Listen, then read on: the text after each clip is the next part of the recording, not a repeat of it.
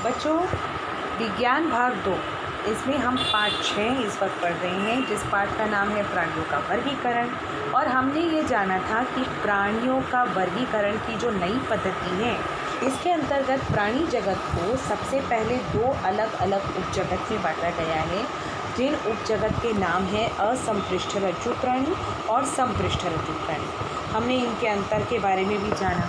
अब इसके बाद असंपृष्ठरज्जु प्राणी आगे चलकर 10 संघों में बांटा गया है, जिन संघों के नाम है आदिजीव, छिद्रधारी, आंतरगुही, चपटेकृमि, गोलकृमि, सखंडकृमि, संधिपाद, मृदुकाय कवचधारी, कांटेदार त्वचा वाले, और 10वां है अर्धमेरुदंडी।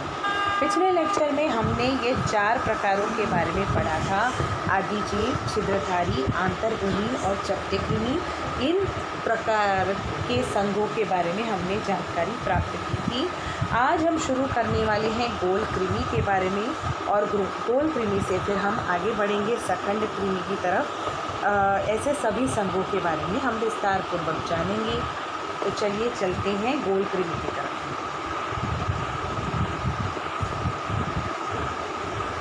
गोलकृमि का जो उदाहरण होता है बच्चों, वो ये देखिए, आपके सामने ये जो स्क्रीन पर सजीव नज़र आ रहा है, ये गोलकृमि का उदाहरण है। इनका शरीर, इनका नाम गोलकृमि क्यों है? क्योंकि इनका शरीर बेलनाकार होता है, बारीक धागे के जैसा होता है, या फिर दंड गोलाकार होता है, यानी लंबा और गोलाकार होता है, इसीलिए इन्हें गोलकृमि कहते हैं। ठीक है। ये प्राणी जो होते हैं स्वतंत्र रूप से भी जीवन को जी सकते हैं, या फिर किसी दूसरे सजीव के शरीर के अंदर निवास करके परपोषी के रूप में भी अपना जीवन यापन कर सकते हैं, यानी दूसरे सजीव के शरीर से पोषण लेकर निवास कर सकते हैं। ठीक है। ये स्वतंत्र रूप से भी रहते हैं, जल में भी निवास करते हैं, या फिर भूमि में भी ये निवास कर सकते हैं। यानी कि आप देख सकते हैं इनका विस्तार कहाँ कहाँ तक है। ये प्राणी भूमि में भी नज़र आते हैं, इस संघ के प्राणी जल में भी नज़र आते हैं, और इस संघ के प्राणी दूसरे जीवों के शरीर में भी निवास कर सकते हैं। ठीक है। अब हम बात करेंगे इनका शरीर जो है, इनमें जो आद्य स्तर होती है बच्चों, गोलकृमि संघ के प्राणी में आद्य स्तर त्रिजनन स्तरीय होती है, अर्थात इनमें 3 स्तर की आद्य स्तर होती है, अंतर्जनन स्तर, बहिर्जनन स्तर और मध्य स्तर। इनके शरीर में नकली देहगुहा होती है, यानी वो देहगुहा जो सत्य देहगुहा नहीं होती है। और सत्य देहगुहा बच्चों कैसे निर्मित होती है? आंतों और शरीर के बीच में रिक्त स्थान के द्वारा सत्य देहगुहा निर्मित होती है, और गोलकृमि संघ के प्राणियों में इस प्रकार से देहगुहा निर्मित नहीं होती, अर्थात इनमें आभासी देहगुहा होती है। इन कृमियों का शरीर अखंडित होता है, यानी कि खंडों में विभाजित नहीं होता है। और ये जो प्राणी होते हैं एक लिंगी होते हैं। आपको आकृति में नज़र आ रहा है कि एक नर है और दूसरा मादा है, अर्थात ये एक लिंगी होते हैं। और इनमें किस प्रकार का प्रजनन पाया जाता है? तो लैंगिक प्रजनन पाया जाता है। ये एक स्थान से दूसरे स्थान तक जाने के लिए क्या कार्य करते हैं? तैरने का काम करते हैं।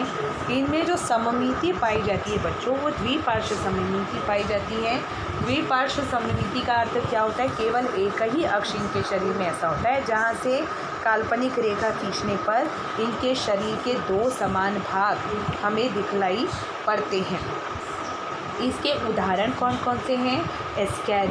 एस्कैरिस जो मानव शरीर में भी निवास करते हैं और मानव के शरीर में निवास करते हुए पोषण प्राप्त करते हैं, यानी कि ये परजीवी कहलाते हैं। ये पेट में रहते हैं।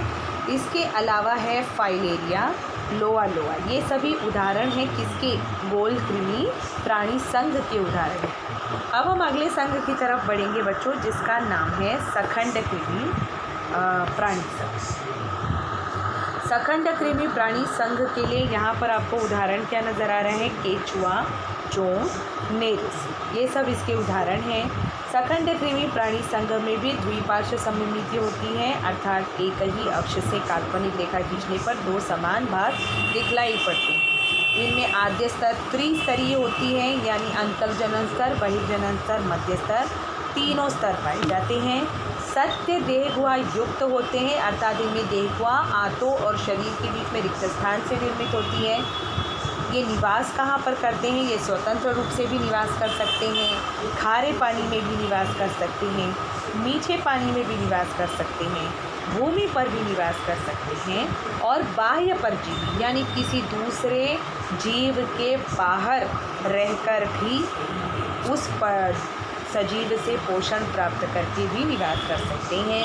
इनकी आकृति कैसे होती है बच्चों? तो दंडाकार होती है, खंडों में बटी हुई होती है, यानी खंड युक्त होती है। जैसे कि आपको यहाँ केचुआ दिखलाई पड़ रहा है, इसके शरीर में आपको खंड जो है वो आसानी से नज़र आ रहे हैं, यानी खंड युक्त शरीर इनका होता है। ये एक लिंगी होते हैं, यानी कि या तो नर होते हैं या मादा होते हैं, और इसीलिए इनमें लैंगिक प्रकार का प्रजनन पाया जाता है। ये एक स्थान से दूसरे स्थान तक चलने के लिए यानी जाने के लिए ये किसका इस्तेमाल करते हैं? देखो आपको नैरिस में पार्श्वपाद नज़र आ रहे हैं, तो इस तरह के पैर जो होते हैं इनमें मौजूद होते हैं। किसी किसी में दृढ़ रोम यानी जैसे आपके शरीर पर रोम पाए जाते हैं, ऐसे किसी सखंड कृमि प्राणी संघ के जो सजीव होते हैं उन पर दृढ़ रोम होता है, वो उस रोम के द्वारा भी आगे सरकते हैं। शूक होता है, उसके द्वारा भी एक स्थान से दूसरे स्थान तक प्रचलन कर सकते हैं। तो और इसके उदाहरण क्या है? सखंड कृमि प्राणी संघ के केचुआ, जोंक, मेरिस, ये सब इसके उदाहरण हैं सखंड कृमि प्राणी संघ। अब हम अगले संघ की तरफ बढ़ेंगे जिसका नाम है संधिपाद प्राणी संघ। इसकी स्पेशल जो सबसे मेन विशेषता ये है कि संपूर्ण पृथ्वी पर ये जो प्राणी जगत है, इस मतलब पूरा प्राणी जगत जो है इसमें इस संघ के यानी संधिपाद प्राणी संघ के जो प्राणियों की संख्या है वो सबसे ज़्यादा होती है। यानी यदि आप अन्य प्राणी संघ से तुलना करें तो इनकी संख्या पृथ्वी पर सबसे ज़्यादा होती है। इसीलिए संधिपाद प्राणी संघ जो है ये ऐसा माना जाता है कि सबसे ज़्यादा संघर्ष में, सभी प्रकार के संघर्ष में सफल होने वाला संघ है, क्योंकि वही संघ की संख्या ज़्यादा हो सकती है जो जीवन संघर्षों में ज़्यादा सफल होता है, और इसीलिए हम ऐसा कह सकते हैं कि ये सबसे बड़ा और जीवन संघर्ष में सभी प्रकार से सफल होने वाला संघ है। ठीक है, और इनका नाम संधिपाद प्राणी संघ क्यों है? क्योंकि इन प्राणियों में जो उपांग होते हैं, जैसे कि आपको यहाँ तिलचट्टा ये आकृति दिख रही है, इसके जो उपांग है ये छोटे छोटे टुकड़े जुड़े हुए ऐसे दिखलाई पड़ रहे हैं, और इस तरह से इनके उपांगों का निर्माण होता है, इसीलिए इन्हें संधिपाद प्राणी संघ कहा जाता है। अब ये निवास कहाँ करते हैं? तो ये बच्चों गहरे समंदर में भी निवास कर सकते हैं, ऊंचे पहाड़ों पर भी निवास कर सकते हैं, यानी कि ये सभी जगह दिखलाई पड़ते हैं। इसीलिए तो सबसे ज़्यादा संख्या में ये उपलब्ध भी हैं पृथ्वी पर। और इन प्राणियों का शरीर कैसा होता है? तो त्रिजनन स्तरीय होता है, अर्थात इनमें आद्य स्तर 3 स्तर में पाई जाती है, अंतर्जनन स्तर, बहिर्जनन स्तर, मध्य स्तर। इनके अंदर देह गुहा किस प्रकार की होती है? तो सत्य देह गुहा होती है, अर्थात वह देह गुहा जो आंतों और शरीर के बीच में रिक्त स्थान से निर्मित हुई होती है, वह देह गुहा पाई जाती है। सममिति किस प्रकार की पाई जाती है? द्विपार्श्व सममिति पाई जाती है, यानी केवल एक ही अक्ष ऐसा होता है जहाँ से काल्पनिक रेखा खींचने पर दो समान भाग दिखलाई पड़ते हैं। और इसके अलावा ये जो है खंडों में भी बटे हुए दिखलाई पड़ते हैं। कोई कोई सजीव जैसे बिच्छू जो है आप देख सकते हैं खंडों में बटा हुआ सा दिखलाई पड़ता है, अर्थात यह भी खंडीभूत होता है। इसमें उदाहरण जो है कई सारे आते हैं, इसमें केकड़ा, मकड़ी, बिच्छू, गोम, तिलचट्टा, तितली, मधुमक्खियाँ, शतपाद, मच्छर, मक्खी, ये सब आपके आसपास आपने कई सारे ऐसे सजीव देखे होंगे, कन खजूरा, ये सब संधिपाद प्राणी संघ में आते हैं। ये भी एक लिंगी होते हैं, अर्थात या तो नर होते हैं या मादा होते हैं, और इसलिए इनमें भी कौन से प्रकार का प्रजनन होता है, लैंगिक इस प्रकार का प्रजनन पाया जाता है। तो ये था बच्चों संधिपाद प्राणी संघ। इसके आगे जो 3 संघ हैं उसके बारे में मैं आपको अगला वीडियो जो है वो भेजूँगी।